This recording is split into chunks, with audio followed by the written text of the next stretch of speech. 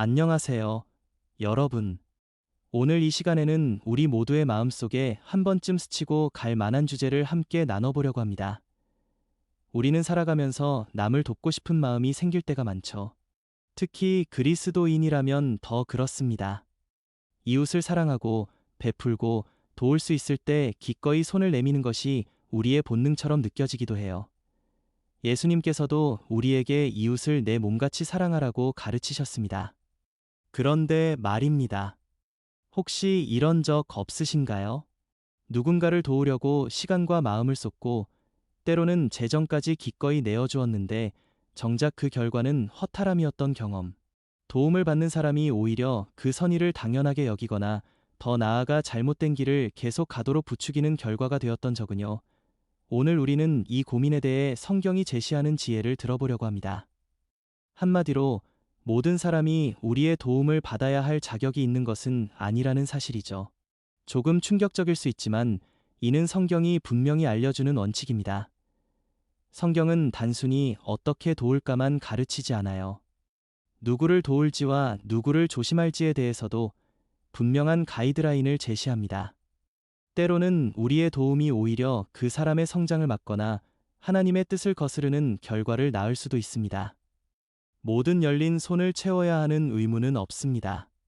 모든 필요가 여러분의 책임은 아니에요. 그렇다면 도움은 언제 축복이 되고 언제 걸림돌이 되는 걸까요? 오늘 우리는 성경이 말하는 도와주지 말아야 할 7가지 유형의 사람에 대해 하나씩 살펴보려고 합니다. 이건 결코 냉정해지거나 마음을 닫으라는 이야기가 아닙니다. 바로 분별력에 관한 이야기예요. 잘못된 방식으로 잘못된 사람을 돕는 것은 오히려 그 사람과 나 자신 모두에게 해가 될 수 있습니다. 마치 빠져나올 수 없는 수렁에 빠진 사람을 구하려다 오히려 함께 빨려드는 것과 같죠. 우리의 시간과 에너지, 사랑은 하나님께서 우리에게 맡기신 소중한 청지기 직분입니다. 지혜롭게 사용할 때 진정한 치유와 회복이 일어나고 하나님께 영광이 됩니다. 그 여정을 오늘 함께 시작해 보시겠어요? 오늘은 그 첫 번째 유형부터 자세히 알아보려고 합니다. 성경이 경고하는 돕지 말아야 할 첫 번째 사람, 바로 게으르고 일하기 싫어하는 사람입니다. 솔직히 이 부분은 우리 마음에 꽤 와닿을 수 있어요. 우리는 흔히 조건 없이 베풀어야 한다는 말을 듣고 살거든요. 하지만 하나님의 말씀은 게으름을 돕는 것에 대해 아주 분명하게 말씀하십니다. 데살로니가후서 3장 10절을 한번 볼까요? 누구든지 일하기 싫어하거든 먹지도 말게 하라. 꽤 강력한 말씀이죠? 하지만 여기서 주의할 점이 있습니다. 이 말씀은 병이나 불가피한 상황으로 일할 수 없는 사람들을 향한 말씀이 절대 아니라는 거예요. 그분들은 분명히 우리의 도움이 필요합니다. 이 말씀이 경고하는 대상은 일할 수 있는데도 일하지 않으려는 사람, 아무 노력도 하지 않으면서 다른 사람의 도움만 기대하는 사람입니다. 게으름은 단순한 성격의 문제가 아닙니다.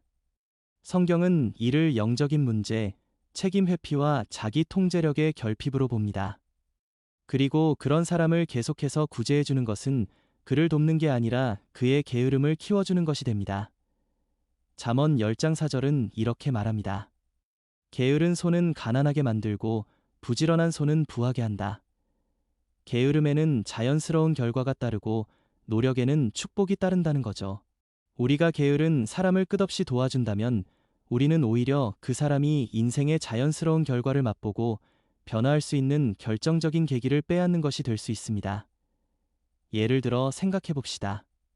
하루 종일 소파에 누워서 구직 활동도 하지 않고 가정에도 기여하지 않으면서 계속해서 돈과 음식만 요구하는 사람이 있다고 해보죠. 우리는 불쌍하니까 도와야지라고 생각하기 쉽습니다. 하지만 만약 우리가 계속 그 사람의 책임을 대신 져준다면 그 사람이 변해야 할 이유가 뭐가 있을까요? 그건 그 사람의 성장이 아니라 정체를 부르는 일입니다. 물론 힘든 시기를 지나고 있는 사람과 게으름을 삶의 방식으로 삼은 사람은 분명히 다릅니다. 우리는 넘어졌을 때 서로 붙잡아 주어야 합니다. 하지만 게으른 사람은 일어서려고 하지 않아요. 오히려 다른 사람이 계속 들어주길 바랄 뿐이죠. 여기서 우리가 기억해야 할 중요한 성경 구절이 하나 더 있습니다. 잠언 19장 15절이에요. 게으름은 사람을 깊이 잠들게 하고 게으른 자는 굶주리게 된다. 하나님은 우리 삶의 어려움과 결과를 통해 우리를 성장시키시고 목적을 주십니다. 그런데 우리가 누군가의 게으름을 도운다면 그것은 오히려 그 사람의 인생에 대한 하나님의 계획을 방해하는 일이 될지도 모릅니다. 혹시 여러분 삶 속에도 여러분의 도움을 오히려 자신의 책임을 피하는 수단으로 사용하고 있는 사람은 없나요? 그렇다면 지금이 지혜와 분별력을 구하며 한 걸음 물러서야 할 때일 수 있습니다. 누군가를 사랑할수록 아니오라고 말하는 것은 정말 어렵습니다. 하지만 때로는 그 거절이 가장 사랑스러운 선택이 될 수 있어요.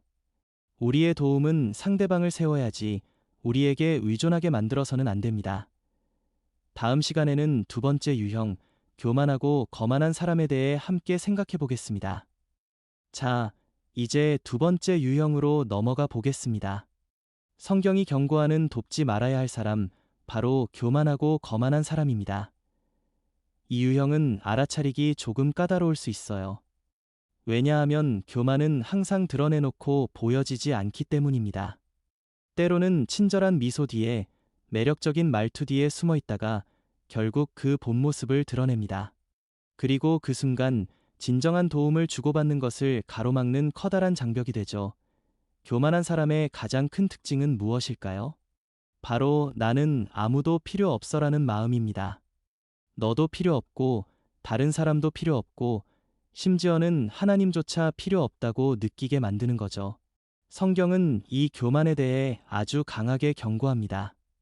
잠언 16장 18절을 보면 교만은 패망의 선봉이요 거만한 마음은 넘어짐의 앞잡이니라 라고 말합니다. 교만한 사람은 이미 위험한 길 위에 서 있는 겁니다.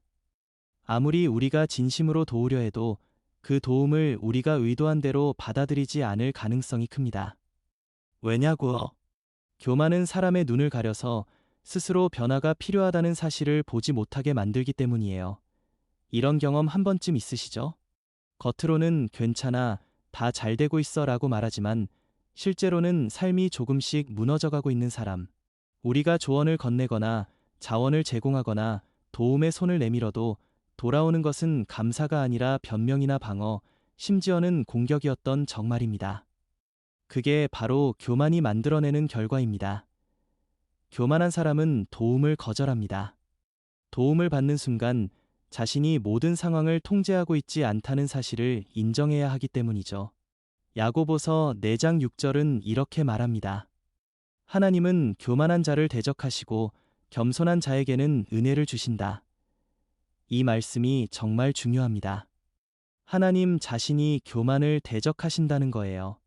그렇다면 스스로 겸손해지기를 거부하는 사람을 우리가 억지로 끌고 가며 도우려 하는 것은 오히려 하나님께서 그 사람에게 가르치려 하시는 교훈을 방해하는 일이 될 수 있습니다. 이렇게 비유해 볼까요? 물에 빠져 허우적거리는 사람에게 구명조끼를 던져줬는데 그 사람이 난 괜찮아 라고 외치며 밀어낸다면 어떻게 해야 할까요? 그 사람에게는 지금 도움보다 자존심이 더 중요한 거죠. 교만한 사람도 마찬가지입니다. 그들이 겸손해지기 전까지는 우리의 도움을 무시하거나 잘못 사용하거나 심지어는 불쾌하게 여길 수도 있어요. 그렇다면 우리가 배워야 할 교훈은 무엇일까요? 누군가의 교만이 진정한 도움을 가로막고 있다면 우리가 할 수 있는 가장 좋은 일 중 하나는 그들을 위해 기도하는 것입니다. 하나님께서 그들의 마음을 부드럽게 하시고 눈을 열어주시도록 기도해 보세요. 하지만 그들의 변화를 인정하지도 원하지도 않는 사람에게 우리의 에너지를 억지로 쏟아붓는 것은 지혜롭지 못할 수 있습니다. 때로는 한 걸음 물러서서 지켜보는 것이 가장 사랑스러운 행동이 될 때가 있죠. 잠언 11장 2절이 우리에게 상기시켜줍니다. 교만이 오면 욕도 오거니와 겸손한 자에게는 지혜가 있느니라. 혹시 여러분 주변에는 아무리 도와도 늘 거절하거나 무시하거나 방어하는 사람이 있나요? 그렇다면 지금이 내려놓고 하나님의 때와 방법을 신뢰하며 기도할 시간일지도 모릅니다. 우리의 역할은 그 사람을 고치는 것이 아닙니다. 우리의 역할은 기도하는 것이고 그들이 겸손해졌을 때 곁에 있어주는 것이죠. 다음 시간에는 도와주지 말아야 할 세 번째 유형, 감사하지 않는 사람에 대해 함께 생각해 보겠습니다. 이제 세 번째 유형을 살펴보겠습니다. 도와주지 말아야 할 사람, 바로 감사하지 않는 사람입니다. 이 부분을 생각할 때면 마음이 조금 무거워집니다. 우리는 열린 마음으로 베풀라고 배웠기 때문이죠. 하지만 성경은 감사가 겸손한 믿음의 증거라고 말합니다. 감사하지 않는 사람을 돕는 일은 마치 바닥에 구멍이 뚫린 항아리에 물을 계속 부어넣는 것과 같아요. 아무리 부어도 절대로 채워지지 않을 거예요. 이에 관한 중요한 이야기가 성경에 나옵니다. 누가복음 17장에 보면 예수님께서 10명의 나병 환자를 고치신 사건이 기록되어 있어요. 사회에서 버림받고 고통받던 10사람이 한순간에 깨끗함을 받았습니다. 그런데 놀라운 사실이 있습니다. 그 10명 중에서 감사하다고 돌아와 예수님께 경배한 사람은 단 한 명뿐이었다는 거죠. 예수님은 이렇게 말씀하셨어요. 10사람이 다 깨끗함을 받지 아니하였느냐? 9은 어디 있느냐? 이 장면은 우리에게 아주 중요한 사실을 보여줍니다. 은혜를 받아도 감사하지 않는 사람이 있다는 것이죠. 감사하지 않음은 단순한 예의 문제가 아닙니다. 그 뒤에는 당연하다는 마음, 받은 은혜를 알아보지 못하는 태도가 숨어 있어요. 만약 누군가가 여러분의 도움에 대해 감사하지 않는다면 그것은 그들이 그 도움을 진정으로 소중히 여기지 않는다는 신호일 가능성이 큽니다. 그리고 한 가지 솔직한 진실을 말씀드리자면 감사하지 않는 사람은 받은 도움을 잘 관리하지도 않아요. 왜냐하면 그들은 그것을 선물로 생각하지 않고 자신의 당연한 권리로 생각하기 때문입니다. 로마서 1장 21절은 이런 마음의 위험에 대해 경고합니다. 하나님을 알되 하나님으로 영화롭게도 아니하며 감사하지도 아니하고 오히려 그 생각이 허망하여지며 미련한 마음이 어두워졌나니 실제로 이런 일이 있었습니다. 한 여성이 어려움에 처한 친구를 집으로 불러들였어요. 잠 잘 곳을 제공하고 먹을 것을 주고 일자리까지 함께 찾아주었죠. 그런데 그 친구는 감사하기는커녕 음식이 마음에 안 든다, 집 규칙이 불편하다며 불평만 늘어놓았습니다. 고맙다는 말은 한 번도 하지 않았죠. 결국 그 여성은 마음이 아프지만 친구에게 집을 나가 달라고 말할 수밖에 없었습니다. 사랑이 없어서가 아니라 그 감사하지 않는 태도가 그녀의 마음과 영혼을 지치게 만들었기 때문입니다. 왜 이게 중요할까요? 감사하지 않는 사람에게 계속 베풀다 보면 우리의 기쁨이 사라지기 시작합니다. 그리고 그 자리에 쓴뿌리가 자라나요. 히브리서 12장 15절은 이렇게 경고합니다. 쓴뿌리가 나서 괴롭게 하여 많은 사람이 이로 말미암아 더러움을 입지 않게 하라. 베풀어도 감사를 받지 못하면 우리 마음에 서서히 원망과 억울함이 쌓이기 쉽습니다. 하지만 하나님은 우리가 그런 마음을 가지길 원하지 않으십니다. 진정한 감사는 주는 사람과 받는 사람 모두를 살리고 건강하게 만듭니다. 그렇다면 어떻게 감사하지 않는 사람을 알아볼 수 있을까요? 간단합니다. 그들의 태도를 보세요. 그들은 여러분의 노력을 인정하나요? 고마움을 표현하나요? 아니면 마치 그것이 당연한 권리인 것처럼 행동하나요? 만약 그들이 더 받아야 한다는 태도를 보이고 이런 감사하지 않는 패턴이 반복된다면 이제는 한번 멈춰서서 여러분의 도움이 정말 그 사람의 삶에 긍정적인 변화를 만들고 있는지 기도하며 점검해 볼 때일지도 모릅니다. 기억하세요. 우리의 시간과 에너지, 자원은 무한하지 않습니다. 하나님은 우리가 그것을 지혜로운 청지기처럼 관리하기를 원하십니다. 혹시 여러분 삶 속에 여러분의 도움에 대해 늘 감사하지 않는 사람이 있나요? 그렇다면 어떻게 반응해야 할지 지혜를 달라고 하나님께 기도해 보세요. 감사하지 않는 사람을 돕지 않기로 선택하는 것은 결코 잘못이 아닙니다. 그것은 분별력의 문제이고 우리의 마음이 쓴뿌리와 원망에 잠식되지 않도록 지키는 일이기도 합니다. 도움은 기쁨으로 주어야 합니다. 짐이 되어서는 안 되죠. 다음 시간에는 네 번째 유형, 악하고 죄 가운데 사는 사람에 대해 알아보겠습니다. 자, 이제 네 번째 유형으로 넘어가 보겠습니다. 악하고 의도적으로 죄 가운데 살아가는 사람입니다. 이 부분은 이야기하기 조금 불편하고 무거울 수 있습니다. 하지만 우리의 신앙생활에서 정말 중요한 분별력이 필요한 부분이에요. 먼저 분명히 말씀드릴게요. 이야기는 죄인을 사랑하지 말라는 뜻이 절대 아닙니다. 복음을 전하지 말라는 것도 아니고요. 예수님은 오히려 죄인들과 함께 식사하시며 그들을 사랑하셨고, 우리도 그렇게 하라고 부르셨습니다. 하지만 여기서 구분해야 할 중요한 차이가 있습니다. 그 사람을 사랑하는 것과 그 사람이 계속 죄를 짓도록 도와주는 것은 완전히 다른 문제라는 거예요. 성경은 의도적으로 죄를 즐기며 살아가는 사람을 지지하거나 돕지 말라고 분명히 말합니다. 시편 한 편 1절은 이렇게 말하죠. 복 있는 사람은 악인들의 꾀를 따르지 아니하며 죄인들의 길에 서지 아니하며 오만한 자들의 자리에 앉지 아니하느니라. 이 말씀은 우리가 누구와 가까이하고 누구를 돕는지에 대해 왜 조심해야 하는지를 잘 보여줍니다. 하나님께 반항하며 살아가는 사람을 아무 조건 없이 아무 말 없이 도와준다면 우리는 의도치 않게 그 죄에 동조하는 사람이 될 수도 있습니다. 솔직히 말해볼까요? 누군가가 분명히 죄 가운데 있으면서도 하나님께로 돌아올 생각은 전혀 없는데 우리가 그저 불쌍하다는 이유로 돕기만 한다면 그건 진정한 도움이 아니라 그가 잘못된 길을 더 편하게 갈 수 있도록 배경을 만들어주는 것일 수 있습니다. 성경에 나오는 구체적인 예를 하나 볼게요. 역대하 19장 2절입니다. 선지자 예후가 유다의 여호사밧 왕에게 이렇게 말합니다. 왕이 악한 자를 돕고 여호와를 미워하는 자를 사랑하는 것이 옳으니이까 그러므로 여호와께로부터 진노가 왕에게 임하나이다. 여호사밧 왕은 이스라엘 역사상 가장 악한 왕 중 하나였던 아합과 동맹을 맺었습니다. 하나님은 그 동맹, 즉 악한 자를 돕는 행위를 기뻐하지 않으셨던 거예요. 이 이야기는 하나님을 거역하는 사람을 돕는 일이 우리 자신에게도 영적 결과를 가져올 수 있다는 것을 분명히 보여줍니다. 현실 속 예를 하나 들어볼게요. 한 남자가 있었습니다. 도박과 과음, 무책임한 행동으로 늘 문제를 일으켰어요. 그때마다 그의 가족들이 나섰죠. 빚을 갚아주고 월세를 대신 내주고 체면을 지켜주기 위해 거짓말까지 했습니다. 하지만 그는 변하지 않았어요. 오히려 더 깊이 죄의 늪으로 빠져들었죠. 왜냐하면 그 마음속에 어차피 누군가는 나를 구해줄 거야라는 확신과 안도감이 자리 잡고 있었기 때문입니다. 가족들의 도움은 그에게 구원이 아니라 그의 죄된 삶을 방조하는 결과가 되고 말았습니다. 잠언 6장 16절부터 19절은 하나님이 미워하시는 7가지를 나열합니다.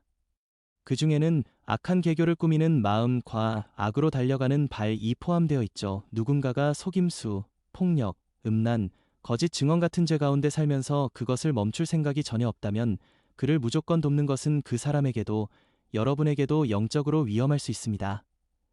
이 부분이 가장 마음 아프고 어려운 이유는 보통 그런 사람이 우리의 가족이나 오랜 친구일 때가 많기 때문입니다.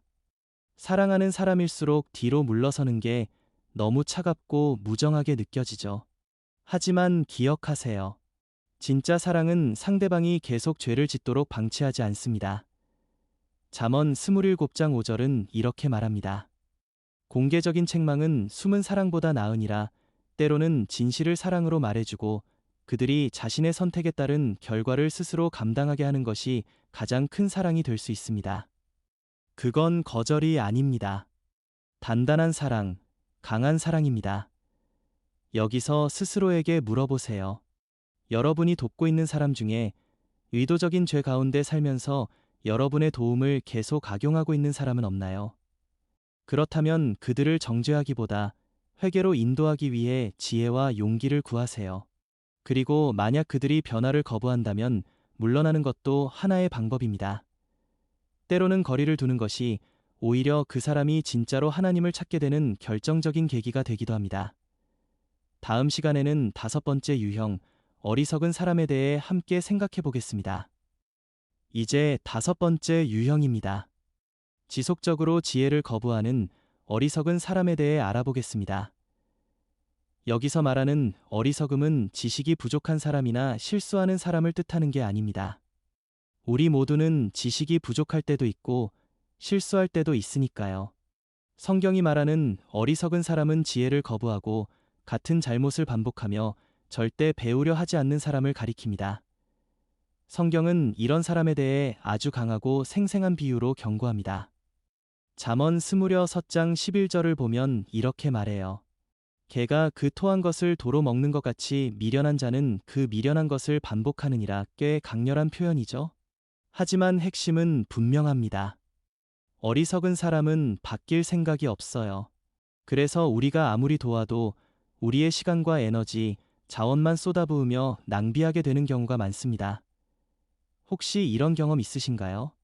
누군가에게 조언을 해주고 문제에서 건져주고 새로운 길을 안내해줬는데 결국 그 사람은 다시 똑같은 문제, 똑같은 잘못된 선택으로 돌아가는 겁니다.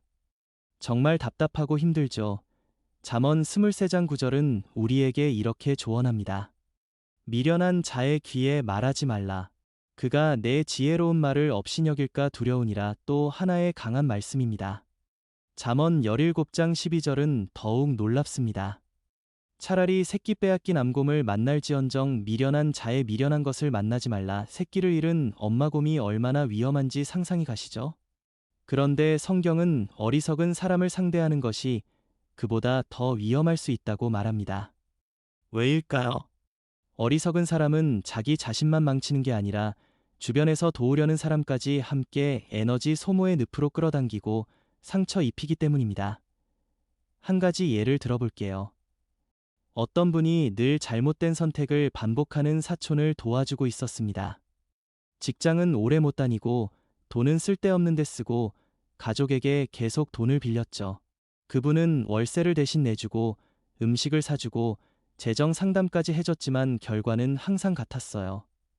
결국 그분은 깨달았습니다. 이건 도움이 아니라 이 사람을 그 자리에 묶어두는 거구나. 그렇다면 어떻게 이런 어리석은 사람을 구별할 수 있을까요? 간단합니다. 패턴을 보세요. 그 사람은 같은 실수를 반복하나요? 자신의 선택에 대한 책임을 지지 않나요? 조언을 듣는 척하다가도 결국 무시하나요?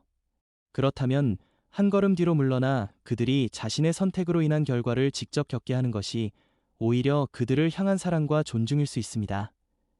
잠언 14장 7절은 분명히 말합니다. 미련한 자를 떠나라. 지식의 입술을 거기서 보지 못함이니라. 때로는 내버려 두는 것이 그 사람이 인생을 배우고 성장할 수 있는 유일한 방법이 될 때가 있습니다. 우리의 역할은 영원한 구원자가 되는 것이 아니라 지혜를 나누고 때로는 그들이 스스로 서도록 기다리는 동반자가 되는 것입니다. 다음 시간에는 6번째 유형, 정직하지 않고 조종하는 사람에 대해 함께 알아보겠습니다. 이제 6번째 유형입니다. 정직하지 않고 사람을 조종하는 사람에 대해 생각해 보겠습니다. 이런 사람들은 거짓말을 하고 상황을 꾸미고 다른 사람의 감정이나 동정심을 이용해 자신이 원하는 것을 얻어냅니다.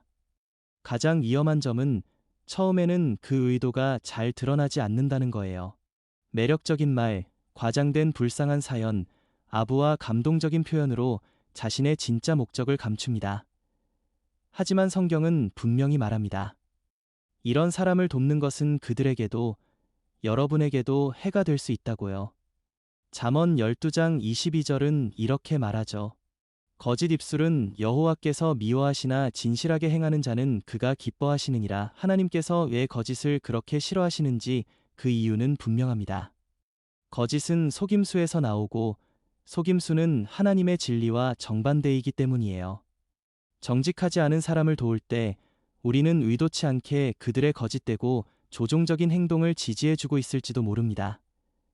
솔직히 말해볼까요? 거짓된 사람은 여러분이 준 기회나 자원을 말로만 꾸민 목적이 아니라 자신의 욕심을 채우는데 사용하는 경우가 많습니다. 그리고 조종하는 사람들은 더욱 교묘해요. 그들은 여러분의 감정줄을 직접 건드립니다. 죄책감을 느끼게 하거나 책임감을 떠넘기거나 내가 아니면 안 된다는 압박감으로 도움을 이끌어내죠. 하지만 그들의 최종 목적은 성장이나 변화가 아닙니다. 통제와 이득입니다. 현실적인 예를 하나 들어볼게요. 한 남자가 항상 재정 위기에 처해 있다고 호소했습니다. 집을 잃게 생겼다. 아이들 먹일 돈이 없다며 눈물 어린 이야기를 했죠. 그때마다 가족과 친구들은 마음 아파하며 도왔습니다. 하지만 나중에 드러난 사실은 그는 전혀 그런 어려운 상황이 아니었다는 거였어요. 그가 받은 돈은 오히려 그의 도박 중독을 유지하는 데 쓰이고 있었습니다. 그의 거짓말과 조종은 수많은 상처와 깨어진 신뢰만 남겼죠. 성경은 우리에게 이렇게 말합니다. 요한일서 4장 1절이에요. 사랑하는 자들아, 영을 다 믿지 말고 영들이 하나님께 속하였나 분별하라. 이 말씀은 우리에게 분별력을 가지라고 요청합니다. 도움을 요청하는 모든 사람이 보이는 그대로 진실한 것은 아닐 수 있습니다. 보이는 상황이 전부가 아닐 수도 있어요. 누군가를 돕기 전에 잠시 멈춰 기도해 보세요. 하나님께 지혜를 구하세요. 그들의 진짜 의도와 패턴을 살펴보세요. 정직하지 않고 조종하는 사람들은 진짜로 변할 생각이 없는 경우가 많습니다. 그들은 다시 일어서기 위한 손을 원하는 게 아니라 계속 받기만 할 수 있는 손을 원하는 거죠. 잠언 26장 24절부터 26절은 이렇게 경고합니다. 원수는 입술로는 꿈이나 마음속에는 속임수를 품나니 그 말이 고와도 믿지 말라. 그 마음에 가증한 것이 가득함이니라. 무겁지만 꼭 기억해야 할 말씀입니다. 그렇다면 우리는 조종당하지 않으려면 어떻게 해야 할까요? 첫째, 건강한 경계를 세우세요. 둘째, 결정에 단호해지세요. 죄책감이나 정서적 압박에 휘둘려서 결정하지 마세요. 아니오라고 말한다고 해서 나쁜 사람이 되는 것이 아닙니다. 그건 지혜로운 사람이 되는 첫걸음입니다. 그리고 무엇보다 하나님께 분별력을 구하세요. 야고보서 1장 5절은 우리에게 이 약속을 줍니다. 너희 중에 누구든지 지혜가 부족하거든 모든 사람에게 후히 주시고 꾸짖지 아니하시는 하나님께 구하라 그리하면 주시리라. 하나님은 우리가 혼란스러울 때 반드시 길을 보여주십니다. 혹시 여러분은 누군가에게 조종당하는 느낌이 들어서 도움을 준 적이 있나요? 나중에야 그 의도가 순수하지 않았다는 걸 깨달은 적은요? 그렇다면 앞으로 비슷한 상황에서 어떻게 지혜롭게 대응할지 기도하며 생각해보는 시간을 가져보세요. 우리의 자원과 마음은 하나님께서 맡기신 소중한 선물입니다. 그것은 진실한 필요를 채우기 위한 것이지 누군가의 거짓과 속임수를 돕기 위한 것이 아닙니다. 다음 시간에는 마지막 7번째 유형, 회개하지 않는 사람에 대해 함께 나눠보겠습니다. 자, 이제 마지막 유형입니다. 7번째, 회개하지 않는 사람에 대해 함께 생각해 보겠습니다. 이 유형은 겉으로 보기엔 우리가 가장 착한 일을 하고 있다고 느껴질 수 있어서 더욱 위험할 수 있습니다. 하지만 실제로는 하나님께서 그 사람의 삶에서 일하고 계신 것을 방해하고 있을 수도 있죠.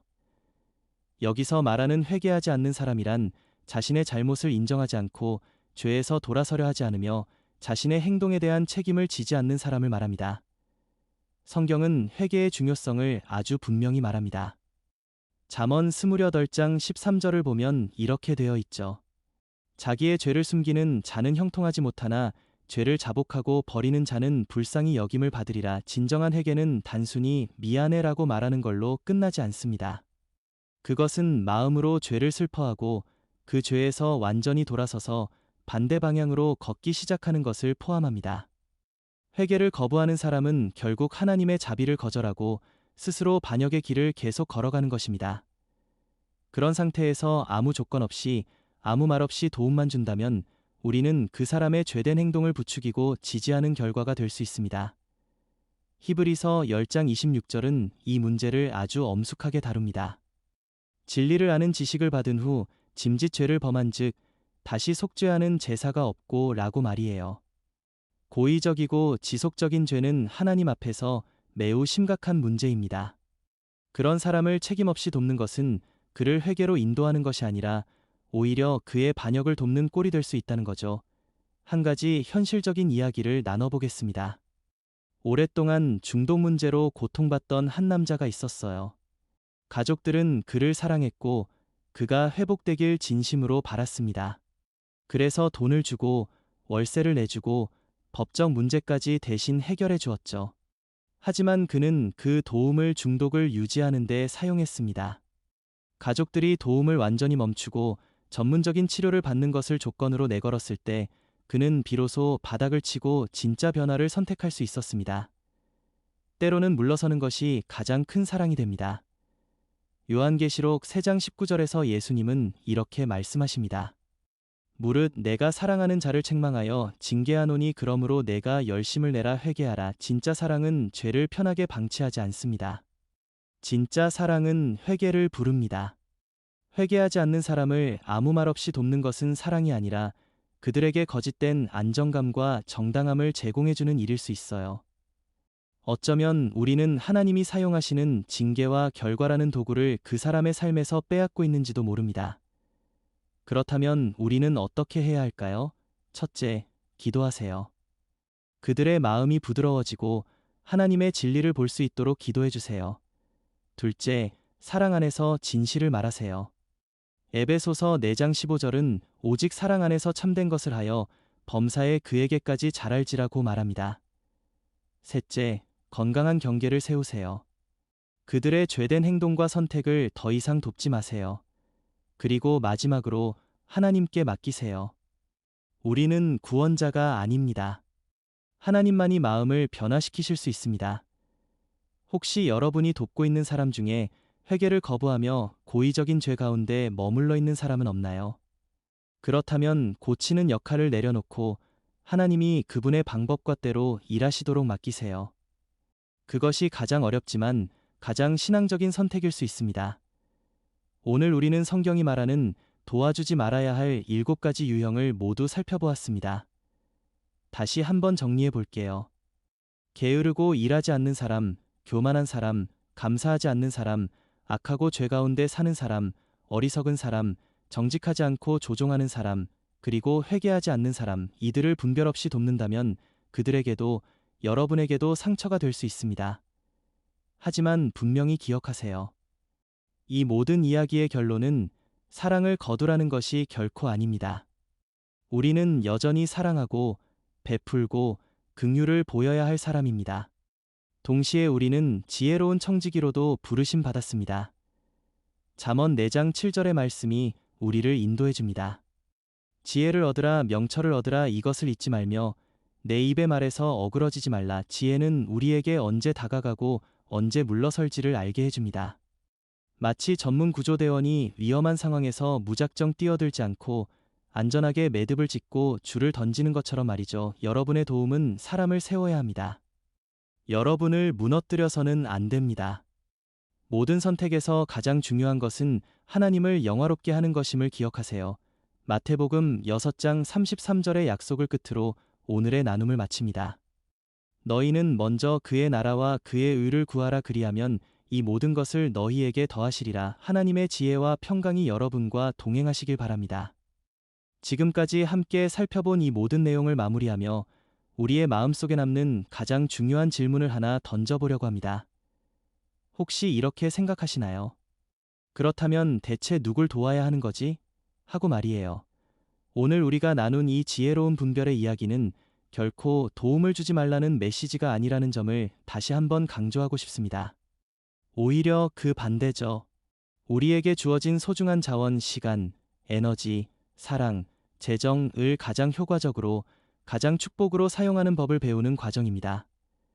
성경은 우리에게 선을 행하기를 낙심하지 말라고 격려합니다. 갈라디아서 6, 9. 핵심은 낙심하지 않고 지혜롭게 행하는 것이에요. 그렇다면 누가 진정으로 우리의 도움이 필요한 사람일까요? 성경은 이렇게 가리킵니다. 첫째, 진실로 연약하고 스스로 도울 수 없는 사람입니다. 과부, 고아, 병든 자, 낯선 나그네, 야고보서 1시 27분. 그들은 도움을 필요로 하며 우리의 도움이 그들에게 생명의 활력이 됩니다. 둘째, 겸손히 도움을 받을 준비가 된 사람입니다. 마음이 부드러워 교훈을 받아들이고 감사하며 변화를 추구하는 사람에게 우리의 도움은 좋은 씨앗이 되어 결실을 맺습니다. 셋째, 하나님의 뜻 가운데 있는 일을 하는 사람입니다. 진리를 위해, 선을 위해, 복음을 위해 헌신하는 이웃과 형제 자매를 돕는 것은 그 사역에 동참하는 아름다운 일이 됩니다. 여러분의 도움이 진정한 축복의 통로가 되기 위한 간단한 확인 단계를 알려드릴게요. 도움을 주기 전에 잠시 멈추고 자신에게 물어보세요. 이 도움이 상대방을 더 강하고 책임감 있게 만드는가, 아니면 더 의존하게 만드는가? 내 동기는 순수한 사랑인가? 아니면 죄책감, 사람의 눈치, 또는 스스로를 구원자로 느끼고 싶은 마음인가? 하나님께 이 상황에 대한 지혜를 구했는가? 기도는 가장 훌륭한 분별력의 도구입니다. 하나님, 제가 이 사람을 진정으로 도울 수 있습니까? 아니면 제가 물러서야 합니까? 주님의 뜻을 보여주세요. 라는 간단한 기도가 우리를 빛나는 지혜의 길로 인도할 것입니다. 마지막으로 기억하세요. 아니오라고 말할 수 있는 자유는 하나님께서 주신 선물입니다. 그것은 무관심이 아니라 더 큰 사랑과 더 큰 신뢰의 표현입니다. 우리가 모든 것을 해결할 수 없다는 것을 인정하고 그 사람과 그 상황을 우리보다 더 크게 사랑하시는 하나님의 손에 맡기는 행위이기 때문입니다. 여러분의 마음이 지혜로 채워져 사랑은 풍성히 흘러치되 지혜로운 판단으로 그 사랑의 방향을 알게 되시길 소망합니다. 우리의 모든 도움이 사람을 세우고 하나님께 영광이 되는 축복의 도구가 되기를 바랍니다. 감사합니다.